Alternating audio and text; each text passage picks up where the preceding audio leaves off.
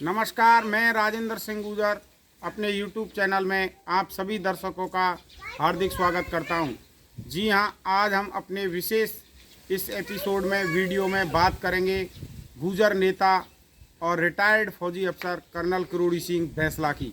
आज उनकी पुण्यतिथि है और राजस्थान सहित देश के कई जगहों पर उनकी पुण्यतिथि पर लोग उन्हें श्रद्धा सुमन अर्पित कर याद कर रहे हैं। मैं भी उनको श्रद्धा सुमन अर्पित करता हूं और सच्ची श्रद्धांजलि देता हूं। जी हां, कर्नल किरोड़ी सिंह बैंसला का जन्म राजस्थान के करौली ज़िले के मुंडिया गांव में हुआ। कर्नल किरोड़ी सिंह बैंसला की शिक्षा यहीं स्थानीय स्तर पर हुई और उन्होंने शुरुआत में अध्यापन से कार्य शुरू किया। वो अध्यापक बने और फिर फौज में जाकर अफसर हुए। जी, फौज में भी उन्होंने भारत पाक युद्ध में भी हिस्सा लिया और रिटायर्ड होने के बाद वो सामाजिक जीवन में आए।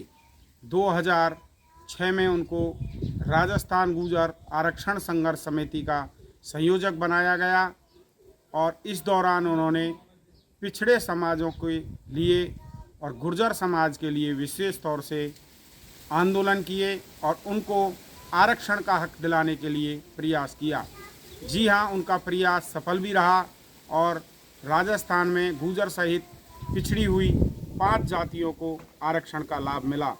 आज कर्नल किरोड़ी सिंह बैंसला को पटरी वाले बाबा के नाम से भी लोग जानते हैं। उनके आंदोलन आज़ाद भारत के इतिहास में अनूठे और ऐतिहासिक रहे। उन्होंने अपने आंदोलनों की शुरुआत रेल रोको आंदोलन हिंडौन से की और उसके बाद 2007 में पीपल खेड़ा पर चक्का जाम आंदोलन विश्व प्रसिद्ध हुआ। इन आंदोलनों के माध्यम से कर्नल बैंसला ने सरकारों को झुकाया और पिछड़े समाज को अपना हक दिलाने का कार्य किया। कर्नल बैंसला ने सामाजिक स्तर पर लोगों को क्या संदेश दिए, ये भी अपने आप में बहुत महत्वपूर्ण हैं। जी हाँ, आज के इन वीडियो में हम आपको कर्नल के संदेश भी दिखाएंगे, उनकी पुराने चित्र भी दिखाएंगे और ये बताएंगे कि कर्नल आज भी लोगों के जहन में जिंदा हैं और लोग उन्हें भगवान के स्वरूप मान करके उनके पद चिन्हों पर, उनके दिखाए रास्तों पर चलते हैं। उनके 3 बेटे और 1 बेटी अफसर हैं। उनके सामाजिक विरासत को उनके छोटे बेटे विजय बैंसला ने संभाला भी और वो भारतीय जनता पार्टी में शामिल होकर के चुनाव भी लड़े। उनकी बेटी भारतीय कर सेवा में बहुत बड़ी अधिकारी हैं।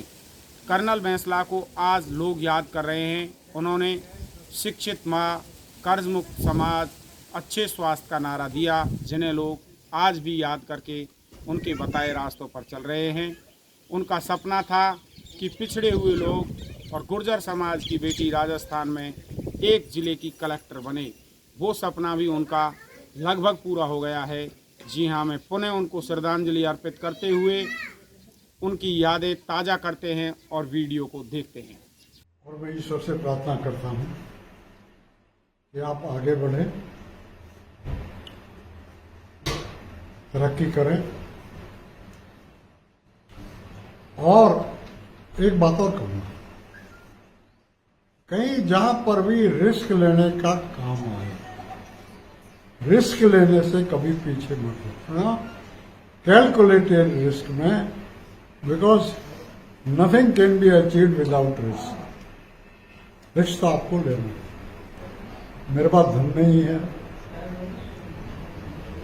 मैं तो एक ही बात करूंगा, मेरा एक आध पुण्य बचा हो तो तुम्हारी टीम को अर्पित करता हूं। आप सबको दीर्घ शाबाशी, आगे बढ़ो, तरक्की करो, छा जाओ और छाए रहो। इस समाज में सीमित साधनों को ही इस्तेमाल करके आगे बढ़ना है। जी सर। मैं नहीं चाहता कि मेरी समाज किसी भी चीज के लिए और लोगों के सामने हाथ फैलाए। जो मेरे पास है, उपलब्ध है, मेरा अपना है, मैं उसी का उपयोग करके मेरी समाज को आगे बढ़ाऊं। जी मेरा एक और कहना है मेरी समाज से, मैं बार बार ये कहूँगा कि मैं नहीं चाहता कि मेरी समाज देश के ऊपर कलीला बने। जी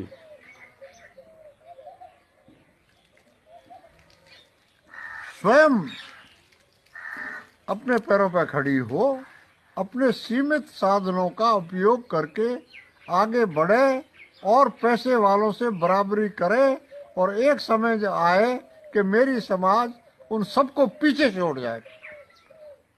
आई am waiting for that day when my society will be ahead of everyone, and remember we are second to none. हम किसी से कम नहीं है। आज मुझे जरूरत है इस दृढ़ संकल्प की। मेरा एक सपना है कि यहाँ की इस देहात की कोई लड़की कलेक्टर बन के नागौर जिले में आए, हेडक्वार्टर में। यहाँ की कोई लड़की, भाइयों बात सुनो भाइयों, यहाँ की बेटी कोई कलेक्टर बनकर नागौर में आए, कुर्सी पे बैठे कलेक्टर की पे, मैं वहां जाऊं और वह भाई अपनी कुर्सी से उतरकर आए, मेरी कार का दरवाजा खोले और मुझसे यह कहे, कर्नल बैसला सर, मैं हनुमान की ढाणी की बास की बेटी हूं या बहू हूं, यहाँ की कलेक्टर हूं नागौर की, मेरे दफ्तर में एक कप चाय पी लो। बहनों और भाइयों, मैं समझूंगा मुझे सबसे बड़ा स्वागत मिल गया। मैं इसी दिन के लिए जी रहा हूं। मेरी 75 वर्ष की उम्र हो गई, मैं रात दिन मेहनत करता रहता हूं और मैं यही सोचता रहता हूं कि आखिर मैं करूं तो इस बुद्धिमान समाज के लिए क्या करूं जो मेरा कहना ही नहीं मानती। मैं 23 साल से लग रहा हूं। अब क्या हो, अब कैसे हो? पुराने रीति रिवाजों को बदल डालो।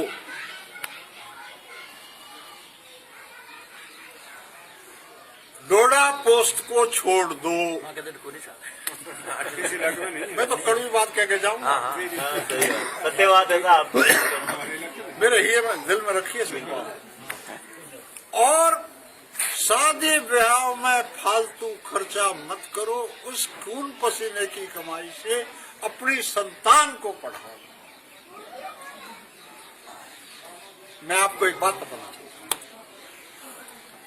मैंने मेरी बेटी जब पढ़ना आई तो 15 आदमी तो बारात में आए, सिर्फ 15। और आप विश्वास कर लो मेरी बात का, पहली बार मिल रहा हूं मैं आपसे। हमारी बेटी मासू 1 रुपया लेके गई है दहेज में। मेरी बेटी मुझसे 1 रुपया लेके गई है, लेकिन मैंने कहा भाई तू और कुछ क्यों नहीं ले जा रही, बर्तन, क्या आपने मुझे पढ़ा लिखा दिया, मैं कमिश्नर हूं, क्या मैं बर्तन भी नहीं खरीद सकती? किसी और को दे देना। आज मेरी बेटी की तनख्वाह 1,26,000 रुपया महीना है। तो आपका दहेज अच्छा है कि हर बात की तौबा दिल कहने लगा झूम के, हर बात की तौबा मरने भी न देंगे मुझे दुश्मन मेरी जाके।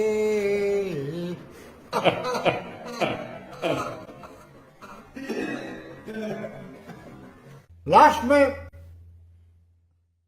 बहनों और भाइयों में एक ही बात कहूंगा कि छा जाओ, छाए रहो। आप मेरे चैनल को लाइक करें, सब्सक्राइब करें